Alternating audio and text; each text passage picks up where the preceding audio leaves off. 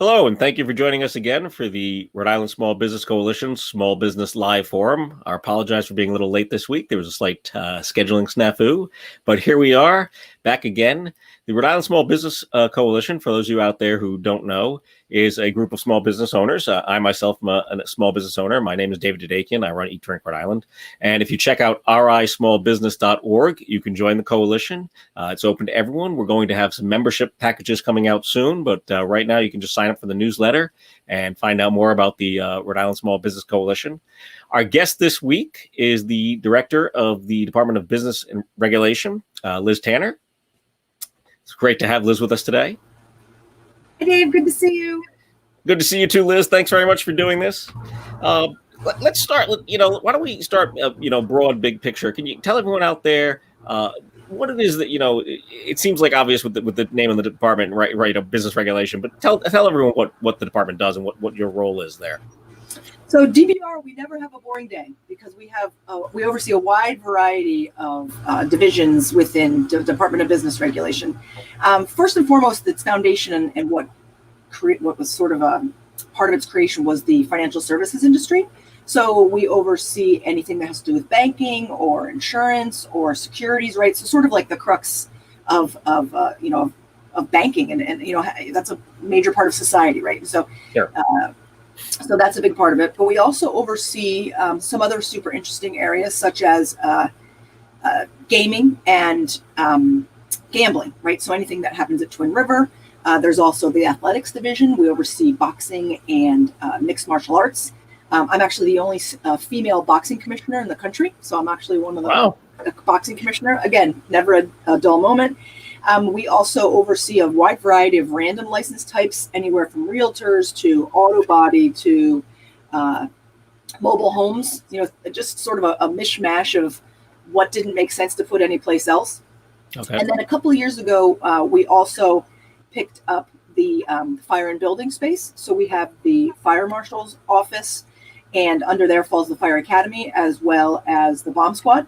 And then you also have the state building office, which is the contractor registration, as well as the mediation program for that, as well as the design professionals, which is like engineers and architects and things like that. And then, of course, there's marijuana. And so marijuana falls under DBR as well. So, so again, never a dull moment, always a wide variety of things happening and going on.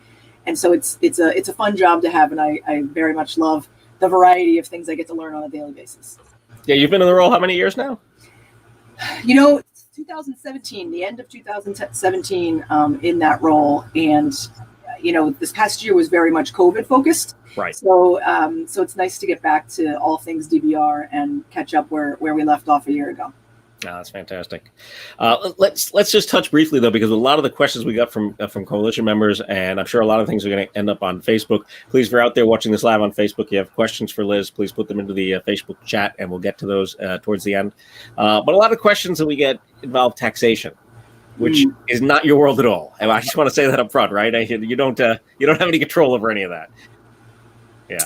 No, but we do have the small business ombudsman who is sits at DBR. She's a DBR employee, and That's Nancy Scarduzio. My guess is many of you have worked with her over the years.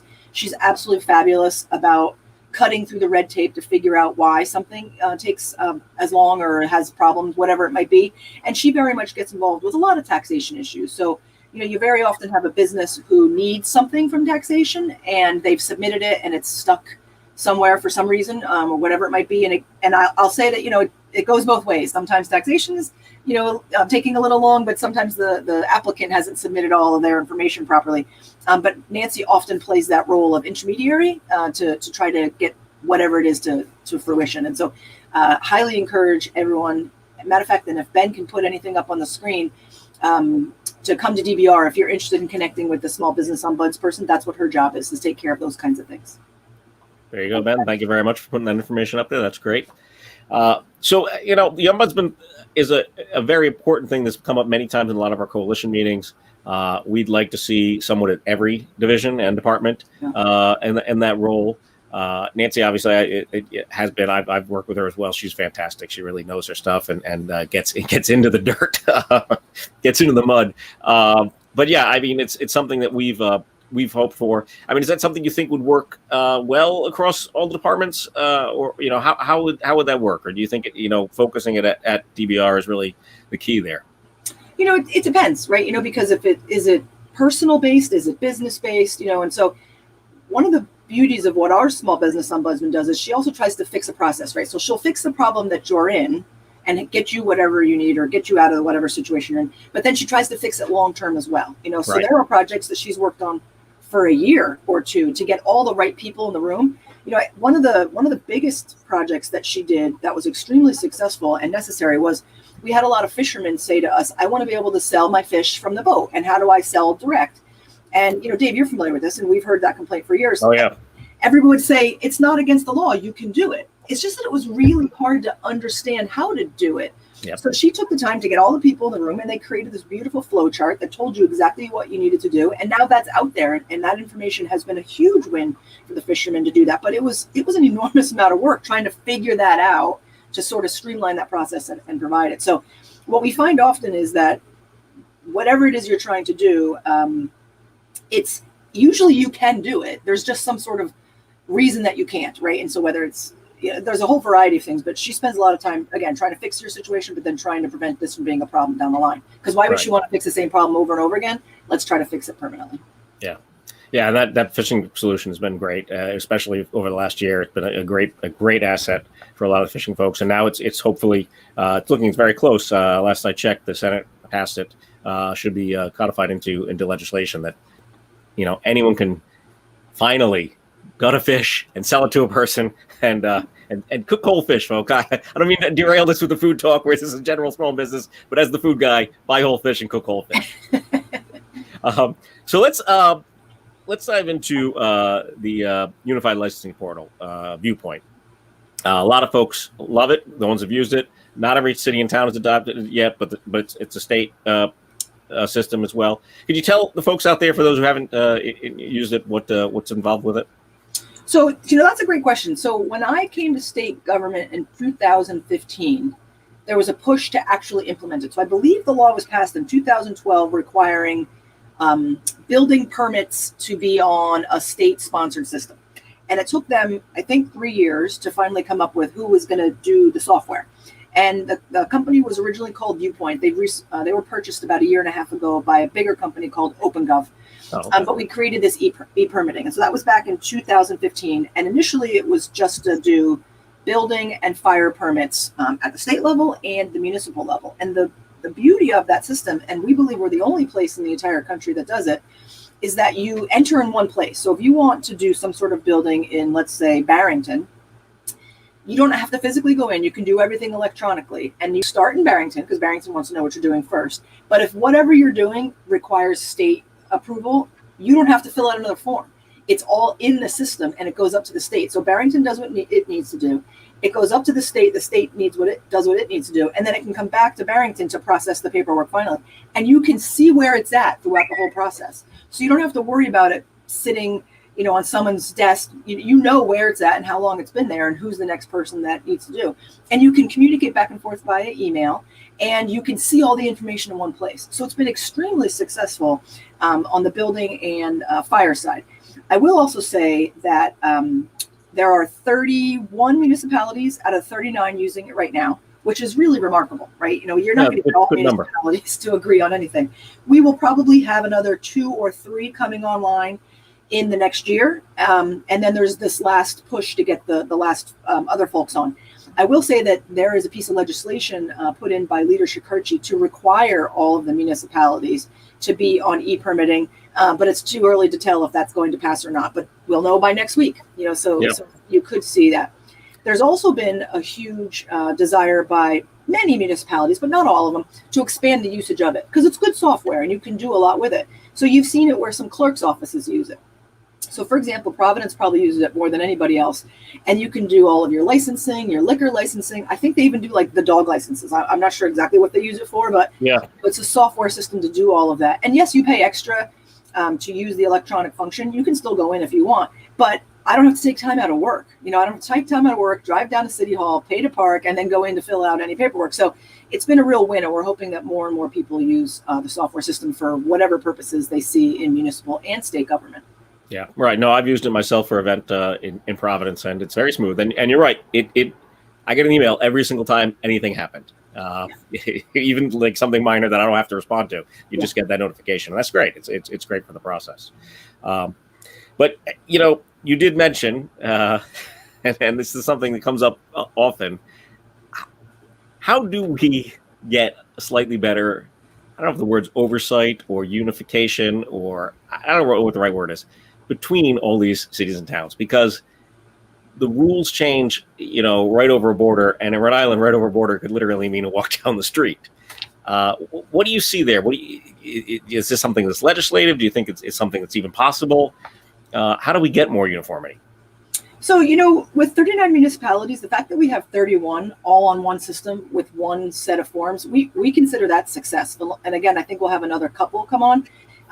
It's like having a lot of kids. You can't get them all to do what you want them to do as a parent, right? And so, the municipality is the same way. So if they want to do things differently, I don't think there's really ever going to be a law that says they have to do what the state tells them to do. That's right. Just probably not a reality. But if we can provide them with good software products and with good tools and resources, then you'd like to think that they're going to take advantage of that, unless they have something better. One of the things that we focused heavily on during COVID was the Zoom access. So when COVID started, there were some municipalities that were saying, we're just going to shut down town hall until this is over. Not, none of us knowing how long this was going to be. Right. And the Department of Business Regulation actually provided free Zoom licenses to each municipality so that they could have government in some form. And we've since then, since it's been a year now, we provided them with sort of the creme de la creme Zoom license at a very discounted price. You can't just buy one-offs of it. And so many of them take advantage of the tools and resources that we give them, but you can't make them all to do something. Exactly. No, and that is the tricky situation with a lot of businesses. Speaking of Zooms and the cities and towns, do you see, and you may just have to give an educated guess that meetings and things of that nature are going to remain that way, and we'll be able to continue that with the quorum, obviously, on Zoom? So this is perfectly timely because if the legislature does not pass an open meetings law in the next 3 days, we have to go back to the way it used to be. And there can be no virtual meetings, no public participation via Zoom. No, it has to be 100% in person, just like it used to be. And I don't think that's what the general public wants. So if you feel strongly that you still want to be able to have some sort of virtual meeting capabilities, then I would recommend that you contact your legislator. But right now, that's entirely up to the legislature's hands, whether that passes or not. Otherwise, we go back to the way it used to be and go from there. Well, as someone who's used it often in the last 6 months, it's been a great asset. I mean, I just spoke at a zoning board for East Greenwich last week, and to be able to just get on at home, in the evening and do that was a huge benefit. So yeah, if you're out there and something you think is important, and as someone who has to deal with these meetings, it is important. So call your legislator and let them know that we should get this passed this week.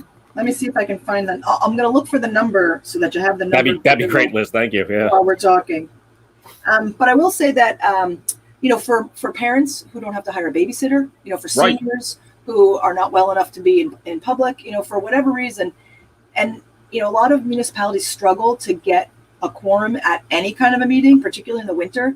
So many of our volunteers are seniors and they go to Florida for the winter, so, it's really been a huge win for everyone. It's complicated. It's hard. The bill's not perfect. Every government on the planet is struggling to figure this out. Sure. But we feel like we've come up with a pretty good compromise. We know we're going to have to tweak it to suit whatever problems may arise. But I think going back to the way it used to be is not really an option. I know. I would agree. Thank you. Yeah. Well, speaking of legislator, let's dive into a bunch of things here that people have asked about. Why don't we start with one of your favorite topics? Why don't we start with marijuana? My favorite topic. What do you think? We're going to see anything maybe in a special session later this year? What's the barrier here? Because I obviously it's not an exact analogy, but I always think of it as another variation on liquor laws.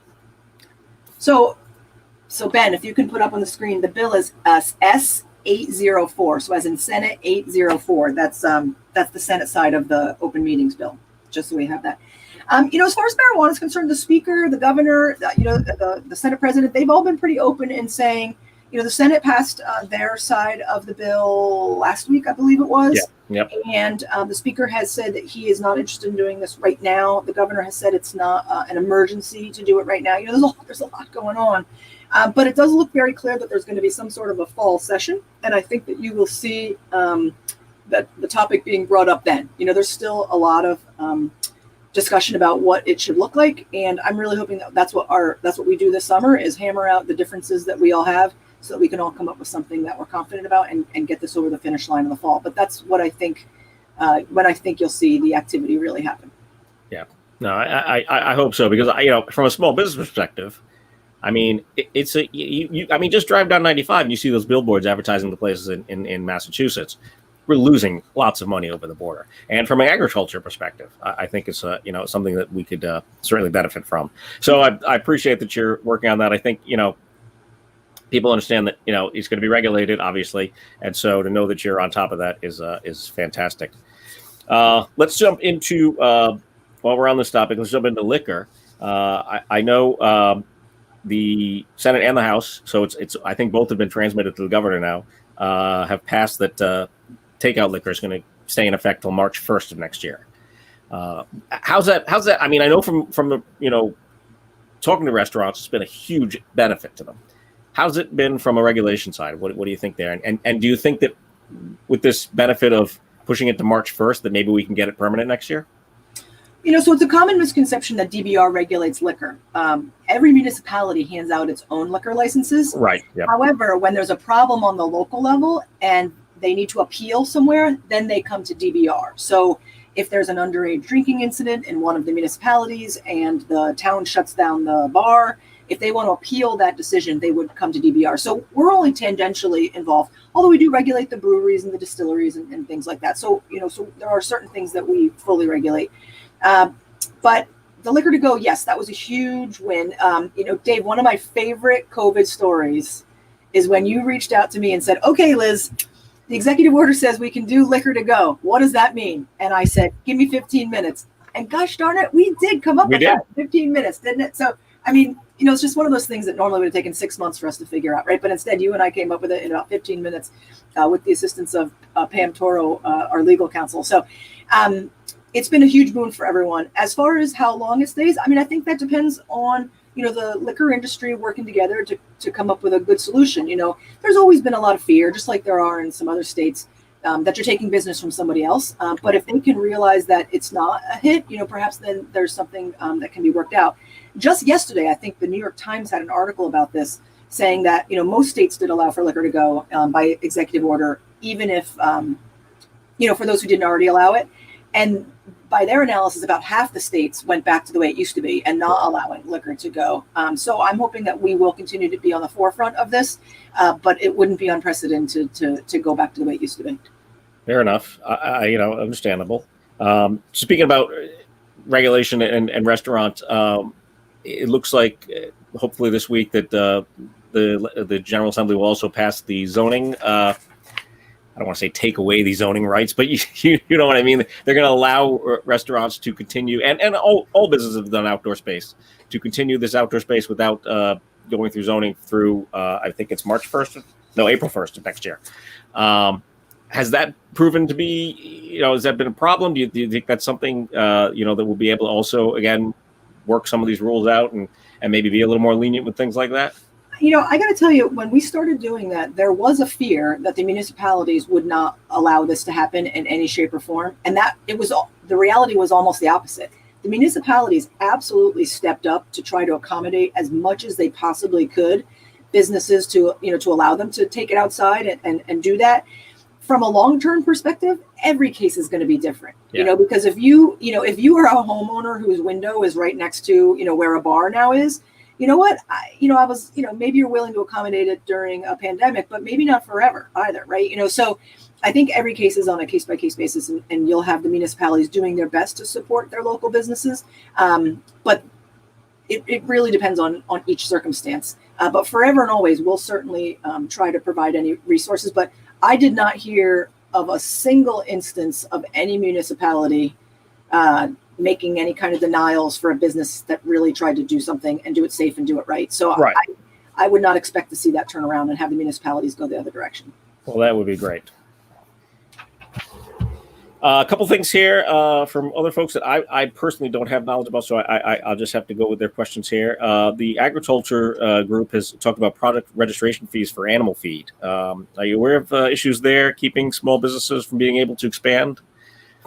And anything that can be done there? It's funny, Chris Precy brought that up to me the other day. So my history is that I'm an attorney, and I had several hundred LLCs and corporations that were my clients. They were all businesses that I helped them start. I used to always say that I live vicariously through their really cool, fun ideas because I was just a boring attorney. So I have always taken really big pride in trying to get out there to talk to businesses, to ask what the complaints are. And so I've done that for a solid, 5 years now, to say, tell me what your problems are. We would like to try to resolve them. And, this is one of the beauties of Nancy, because I'll say something like, there's a feed problem in agriculture. Can you try to figure it out? And she's the one who will go, oh, that's regulation ABC from law 123, and she'll actually figure it out. And so that is one that I have not heard before, right? So this is a great example of it's post-pandemic, needing to get back out there to hear what people have to say, because I have no doubt that we haven't heard all the problems. And I would love to know who to contact, right? Because a big part of it is reaching out to find out a little bit more, because it is really hard to figure out what the problem is. And like I said earlier in the show, it's usually that you can do it and you just don't know you can do it, right? So that's what we try to sort out is doing that. And we've got a great track record from people telling us what's a dumb law or a dumb regulation, and us fixing it or getting rid of it. So we've done small business omnibus bills for years now, and we've gotten rid of quite a few things. Frozen desserts license. Remember that? I was just about to say the frozen dessert thing sticks out of my mind because it seems so silly.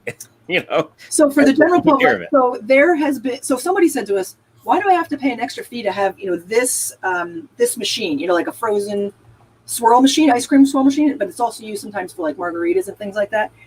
And we were like, really? Like, what is that? So long story short, Nancy Scarduzio, God bless her, she did the research and we figured out, it's like, I think it was $60 a year just to have that machine, which is kind of crazy.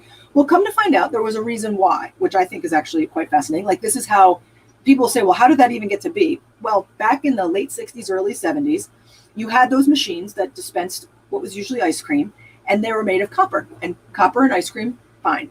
But when the world of slushies started to come about, probably like pre-Dell's lemonade, but, slushy kind of things, slushies with their acidic juices in a copper pipe, kids were getting sick. And so they had to very quickly say no copper piping. It had to be this new thing called plastic tubing, so that stuff could come through. So the health department, hearing these stories, and I don't know what how many kids got sick, but a lot of kids were getting sick from it. So they decided to regulate it. And then I don't know what the fee was when it started, but it got up to $60. So when it came down to it, do you really need to regulate this anymore? Like, everybody uses plastic, nobody uses copper anymore. And so we were able to get rid of that fee for everybody who paid that on a yearly basis. But that's just one example of, you listen to a complaint, you do the research, you draft the bill to get rid of it, and we got rid of it. So very proud of that, actually. No, it's a great story. The commercial real estate group asked about if there can be any help with the water testing regulations and shared commercial buildings and spaces. Do we have any information on that? No, again, Chris brought that one up to me about water testing. That's like, I need to know a whole lot more. Is this water authority water? Is this well water? There's two totally different paths to go down depending on what kind of water you're talking about. Well, we will have our members in those groups reach out to DBR and talk about it, because actually, I think Chris is working directly with the ombudsman to kind of get some more information so she can do some research on these. Excellent. Fantastic. Is there any questions from Facebook? Anyone posting questions on Facebook, Ben? Hey, guys. First of all, Liz, let me not block your face. Hey. Let's see. Restaurant workers work really hard. They're looking for all kinds of staff right now. No real questions at the moment. You know what? Mind, Ben, if I talk about restaurants real quick? I would love if you did that, for sure.